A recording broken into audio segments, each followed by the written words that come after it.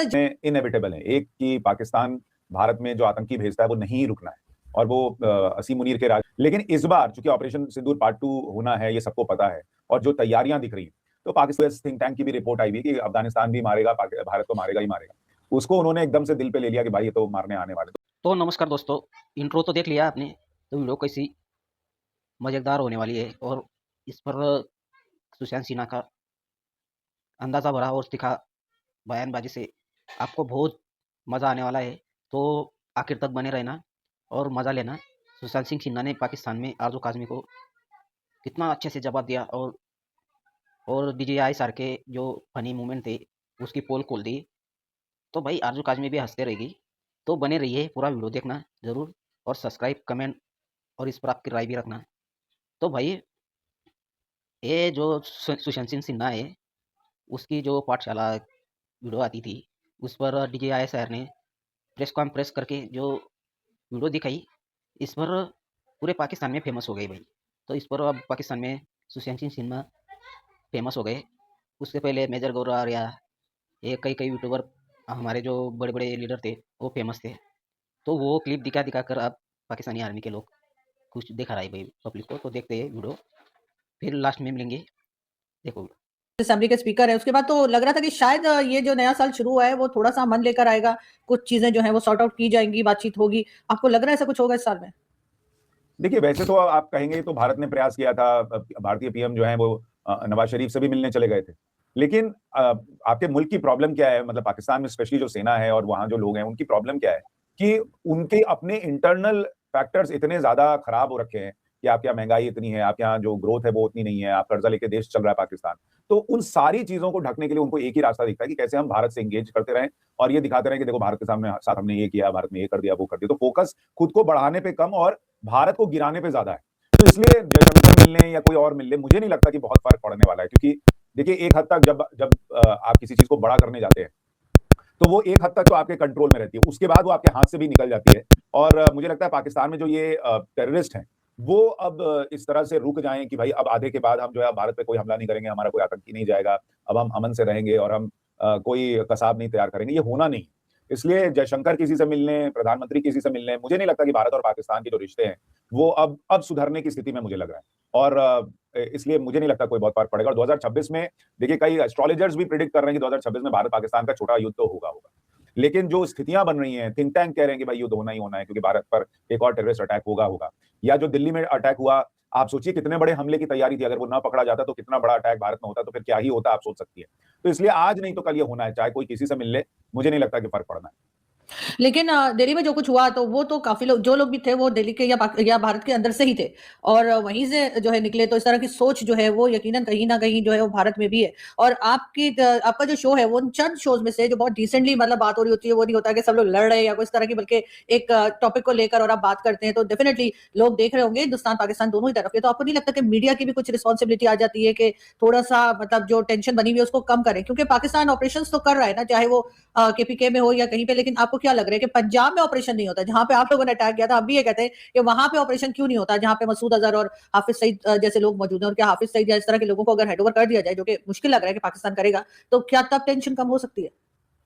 देखिए अगर कर दे तब तो मुझे लगता है कि एक जेस्चर भी होगा कि पाकिस्तान सीरियसली सोच रहा है कि भाई आतंकवाद से लड़ना है, या जिन्होंने गलत काम किया है उनको सजा मिलनी चाहिए। क्योंकि पाकिस्तान, आरजू जी आप ये देखिए कि एक लंबे अरसे तक तो उसने ये माना ही नहीं कि कसाब पाकिस्तान से था। वो तो पाकिस्तान के जर्नलिस्ट ने जो है वो फिर निकाल के दिखाया कि भाई ये तो कसाब जो है वो पाकिस्तानी है। जब आप डिनायल मोड में रहेंगे तो चीजें कैसे सुधरेंगी?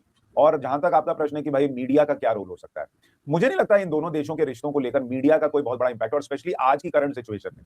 देखिए क्या किसी आरजू काजमी की वजह से या किसी सुशांत सिन्हा की वजह से कश्मीर में टेररिस्ट आ रहे हैं? भाई हम तो अपना काम कर रहे हैं। मान लीजिए मैं एनालिसिस कर रहा हूं कि अमेरिकी थिंक टैंक की रिपोर्ट आई है कि पाकिस्तान के टेररिस्ट अटैक करेगा और इस बार भारत और पाकिस्तान के बीच युद्ध होने की पूरी संभावना है। तो ये मैं तो नहीं कह रहा, ना आप कह रही हैं, दुनिया भर के जो लोग रीड कर रहे हैं, जो उनके पास भी खबरें इनपुट आ रही होंगी, उस हिसाब से वो चीजें बता रहे हैं। तो अगर मान लीजिए मैं ये कहना भी शुरू कर दूं कि नहीं भारत पाकिस्तान के बीच बहुत अच्छे रिश्ते हैं, और एक दौर भारत में रहा है, ऐसे बहुत सारे जर्नलिस्ट रहे हैं जिन्होंने अमन की आशा, कबूतर उड़ाना, ये सब बहुत किया है, रियलिटी से आंखें मोड़कर ये दिखाना कि नहीं हम पड़ोसी हैं, हम ठीक हो सकते हैं। वाजपेयी साहब ने जो है वो बहुत प्रयास किया कि चीजें हो जाए। और मुझे लगता है कि नरेंद्र मोदी को बहुत क्रिटिसिज्म होता है कि कौन बात कर चले गए थे वहां बिरयानी खाने, नवाज ट्राई किया था, एक प्रयास किया था कि एटलीस्ट कम से कम ये दिखे कि चलो हम चाहते हैं चीजें सुधारना। लेकिन वो चीजें ना तो मीडिया की वजह से खराब है, ना वो चीजें मैं ये कहूंगा कि कोई फिल्म देखकर, धुरंधर देखकर खराब हो जा रही है, ऐसा भी नहीं। वो चीजें ऑलरेडी खराब हैं और आप उसको आंख मूंद लेंगे, कारपेट के नीचे झाड़ देंगे तो ऐसा नहीं कि गंदगी खत्म हो जाए। हम जो कह रहे हैं रियलिस्टिकली, अब जो भारत में एक मीडिया का वर्ग है वो रियलिस्टिकली बात करता है, ये नहीं हो सकता।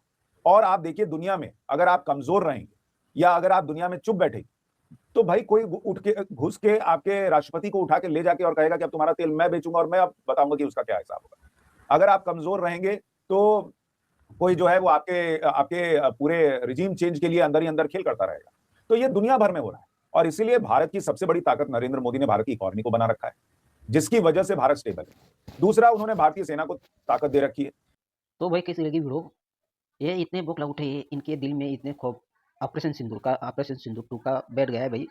तो ये इतने फॉलो कर रहे हैं इंडिया को कि इंडिया की मीडिया बार बार बोल रही है कि ऑपरेशन सिंदूर 2 होने वाला है, कभी भी अटैक होने वाला है। तो भाई इनको डर लग रहा है। जब से ऑपरेशन सिंदूर हुआ था तो इतनी मार पड़ी थी भाई, ये फिर भी बोल रहे थे कि हम जीत गए, हम जीत गए। इनको पता है इनके मन में क्या चल रहा है, इनके मन के अंदर, इनके शरीर के अंदर सब कुछ क्या क्या चल रहा है और क्या हुआ था ऑपरेशन सिंदूर में, ये सब पता है। इसलिए इनको इतना डर लग रहा है कि मीडिया भी बोल रही है कि ऑपरेशन सिंदूर 2 कभी भी हो सकता है 2026 में। एनालिस्ट हो रहे हैं, दुनिया की थिंक टैंक बोल रही है भाई कि पाकिस्तान और भारत का युद्ध होगा ही होगा। तो इनको इतना डर बैठा पड़ा है कि ये प्रेस कॉन्फ्रेंस में बोल रहे हैं, मीडिया की क्लिप निकाल निकाल कर दिखा रहे हैं और बोल रहे हैं कि भाई, ये बोल रहे हैं कि भाई अफगानिस्तान और इंडिया पाकिस्तान को ठोकेगा। तो भाई DJI-SPR क्या बोल रहा था, आसमान से आओ, ज़मीन से आओ, इधर से आओ, उधर से आओ, देख लेंगे। और बोल रहा था नहीं दिखाएगा तो पैसा वसूल। वो क्या बोल रहा था कमेंट करके बताना। तो भाई इनकी ज़बान देख लो भाई, कैसे बोलते हैं। आर्मी चीफ होकर, DJI-SPR होकर, इनकी बोलने की तरीका और लहजा की तरीका क्या है। वो प्रेस कॉन्फ्रेंस में एक महिला पत्रकार को आँख मार रहा था, वो भी वायरल हो गया था फोटो। और अब ये एक मीडिया क्लिप निकाल कर पूरी पाकिस्तान की मीडिया को बुलाकर प्रेस कॉन्फ्रेंस करी भाई इसने। ये आर्मी है, आर्मी का लगता है क्या तुम्हें? ये मदरसा छाप उठाकर जब आतंकी जो ISI भर्ती करती है ना आतंकियों को, इसमें से ट्रेनिंग लेकर ये पाकिस्तानी आर्मी में भर्ती हुआ है भाई। ये पाकिस्तानी आर्मी में जो भी भर्ती होता है ना, वो आतंकियों से ट्रेनिंग लेकर फिर पाकिस्तानी आर्मी में भर्ती होता है। ये तो हालत है। तो भाई ये इतने डरे पड़े हुए हैं। तो सुशांत सिंह सिन्हा ने आजू काजू को बताया अच्छे से। ये भाई US की थिंक टैंक ने भी बोला था कि भाई 60 बार फ़ोन करके पाकिस्तानी सेना के जो मुनीर है ना, उसने फ़ोन करके बताया था कि युद्ध रुकवा दो। शहबाज शरीफ ने भी बोला था कि युद्ध रुकवा दो। तो हमने मध्यस्थता की थी। ये US की थिंक टैंक ने भी इनका पर्दाफाश कर दिया पाकिस्तानियों का।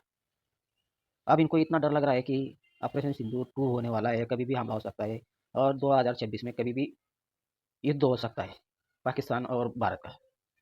तो इतनी मार पड़ी थी पहले ऑपरेशन सिंदूर में, तो अब कितनी मार पड़ेगी, तो इनको डर लग रहा है।